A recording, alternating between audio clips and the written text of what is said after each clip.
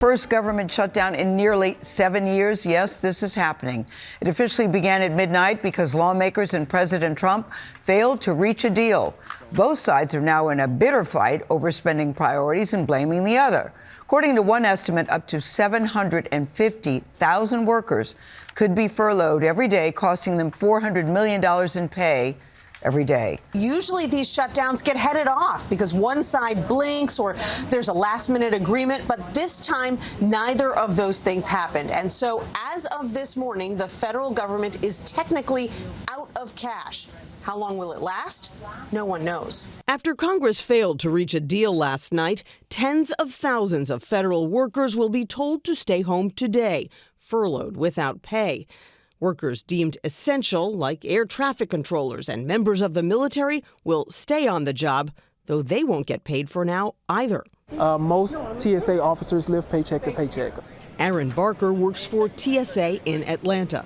If it gets to that point where officers can't afford to come in or have to make a decision whether to purchase medication, pay daycare, or put gas in the car to come to work, they're going to have to make that hard decision, and no one really wants to do that. But they may have to, because late last night, a funding bill did not pass the Senate.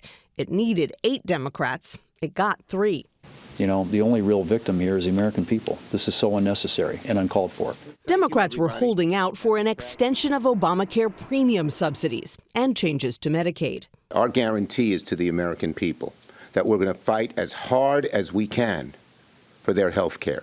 President Trump is warning his administration might use the funding lapse to push through more mass layoffs. I asked him about that yesterday. How many federal workers do you plan to lay off? Well, we may do a lot, and that's only because of the Democrats. Later in the Oval Office, he upped the ante, claiming that all the workers who lose their jobs will somehow come from one party. We'd be laying off a lot of people that are going to be very affected, and the Democrats, they're going to be Democrats. A lot of good can come down from shutdowns. We can get rid of a lot of things that we didn't want, and they'd be Democrat things. The uncertainty has left workers like Barker to wonder if their jobs could be on the chopping block. It's one thing to say, hey, you may not get paid, but then to say you may not get paid forever, we're going to remove you from your job, is a whole nother thing. It's just the worst case scenario. President Trump continues to taunt Democratic leaders about all this on social media, posting another AI-generated video of House Minority Leader Hakeem Jeffries, which is similar to an earlier one that Jeffries called bigoted.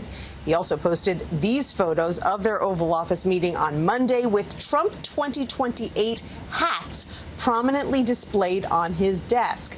A nod, Tony, to a potential third term that the law does not allow.